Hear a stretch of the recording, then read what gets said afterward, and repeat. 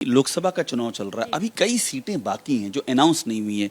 क्या अपर्णा यादव भी दावेदारी में है? क्या ये भी सवाल पूछा जा रहा है? ये तो पार्टी हमारी बहुत बड़ी है, राष्ट्रीय पार्टी है। हर व्यक्ति का काम देख रही है, हर व्यक्ति का स्टैटिस्टिक्स से लेकर के डेटा जाता है पार्टी के पास, तो उनको सब पता है। जो भी पार्टी कहेगी, अपर्णा यादव डट करके पार्टी के साथ खड़ी। मैं आपसे और इसको स्पेसिफिक करूं, रायबरेली की एक सीट है जहां ये चर्चा है कि प्रियंका गांधी वहां से लड़ सकती हैं, ये चर्चा है। क्या अपर्णा यादव तैयार हैं टक्कर देने के लिए? मुझे लगता है कि इस पार्टी का कोई जनाधार अब बचा मैं अपर्णा चुनौती की बात कर रहा हूं। रायबरेली की चुनौती, प्रियंका गांधी की चुनौती के लिए अपर्णा तैयार? नहीं है कि ये क्या मतलब सिर्फ एक परिवार की वो रहेगी क्या? क्यों नहीं लड़ सकते? अगर पार्टी बोलेगी तो बिल्कुल लड़ेंगे। पार्टी जैसा कहे, अपर्णा यादव उसके लिए तैयार। पार्टी कहेगी तो प्रियंका खिलाफ लड़ने को तैयार है। अब बिल्कुल पार्टी अगर कहेगी तो क्यों नहीं लड़ने के? तो आप टक्कर दे पाएंगी प्रियंका गांधी? पार्टी पूरी लग जाएगी, पार्टी के साथ अपर्णा यादव लगी हुई है। आपके अंदर ये आत्मविश्वास है? अपर्णा, मैं व्यक्तिगत सवाल कर रहा हूँ कि आप प्रियंका गांधी को हरा सकती हैं? बिल्कुल हरा सकती हूँ, क्यों नहीं हरा सकती हूँ मैं। मुझे एक बात और का जवाब और दीजिए अपर्णा, और मैं इंटरव्यू के आखिरी चरण में हूँ और इसलिए आपसे पूछ लेता हूँ कि आप बड़ा पारिवारिक मूल्यों का बड़ा आप आदर करती हैं, जितना मैंने आपको समझा अभी तक। आपसे पता नहीं कितनी बार मैं इंटरव्यू ले रहा हूँ, जितनी बार मैं परिवार के बारे में पूछता हूँ, अपर्णा यादव बहुत ही संवेदनशील तरीके से जवाब देती हैं।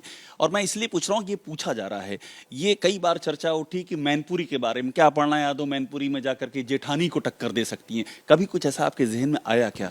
नहीं, मेरे जहन में कभी इस प्रकार की बात नहीं हुई, कभी ना मेरे जहन में इस प्रकार की बात आई है। और मैं अपने बड़ों का बहुत आदर करती हूँ। अपर्णा यादव किसी भी सूरत में डिम्पल यादव का की चैलेंजर नहीं बन सकती? मैं देखिए, मैं उनका बहुत आदर करती हूँ, इसलिए नहीं कि वो एक पॉलिटिकल, वो मेरे लिए कभी पॉलिटिकल फिगर नहीं, वो मेरे लिए हमेशा मेरी बड़ी जेठानी है और मेरी बड़ी भाभी है, तो मैं उनका उस प्रकार से बहुत आदर करती हूँ। तो देवरानी का जेठानी को चैलेंज करने का कोई इरादा नहीं? वो कभी भी नहीं था, नहीं रहेगा।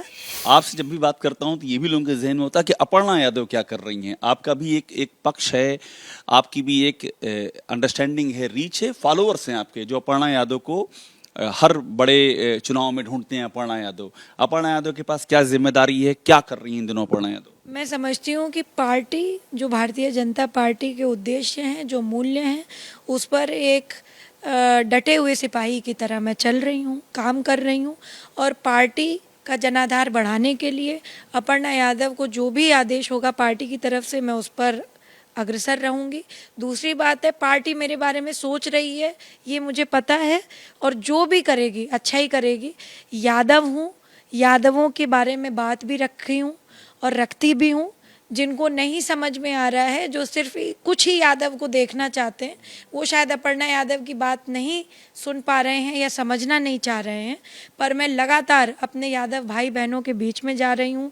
इस बार भी जब चुनाव हुआ था, पिछले बार जब योगी जी की दूसरी सरकार बनी थी, तो भी मैं यादव गाँव में गई थी और यादवों के बीच में जा कर के मैंने जगह जगह वोट मांगे थे।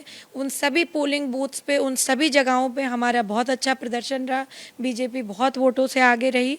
तो ये मुझे लगता है कि मेरी व्यक्तिगत उपलब्धि है। ये कुछ यादवों और बनाम अपर्णा यादव, ये क्या है पूरी कहानी? देखिए, मैं समझती हूँ कि कुछ लोग सिर्फ जो है एक जो है शायद एक ही कहते नहीं कि एक सिरमौर को मानना चाहते हैं कि भाई बस एक ही लोगों को हम मानेंगे।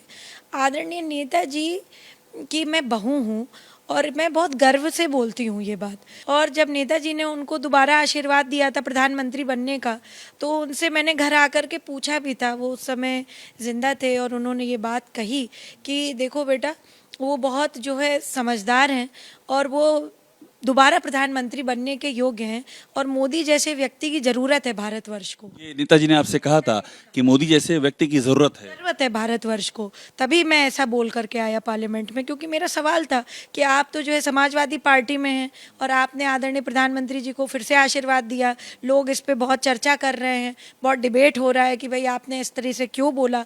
तब उन्होंने बोला कि मोदी जैसे व्यक्तित्व की जरूरत है। तो मोदी सिर्फ एक आदमी का नाम नहीं है, अब ये छवि, अब ये व्यक्तित्व बन चुका है।